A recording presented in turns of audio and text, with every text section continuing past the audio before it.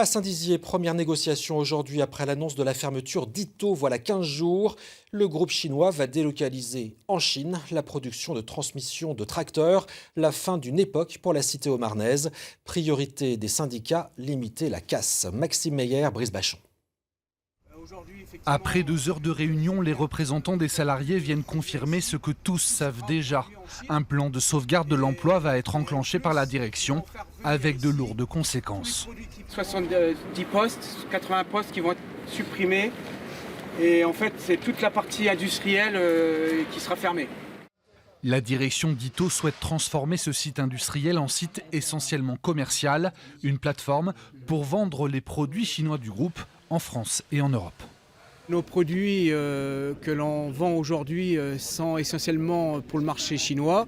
Donc ils veulent rapatrier la production en Chine. La conséquence, c'est que le site industriel n'existera plus. Mais malgré tout, ils veulent faire du négoce.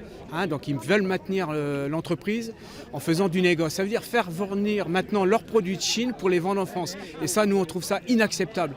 Depuis longtemps déjà, le site de Saint-Dizier s'était spécialisé dans la fabrication de transmissions pour tracteurs. Mais à son arrivée, il y a 8 ans, le groupe Ito avait pour ambition de fabriquer ici des tracteurs dans leur ensemble. Finalement, ces chaînes de montage vont définitivement s'arrêter. Ils n'ont jamais su mettre en route la machine. Ils le reconnaissent même eux-mêmes. C'est ça qui est malheureux.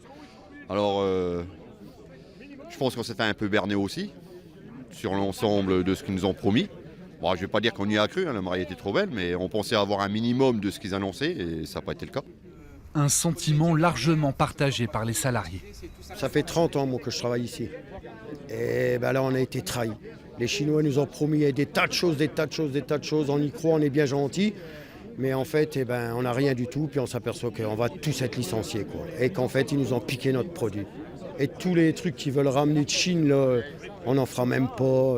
Voilà, c'est la misère. C'est la misère pour nous.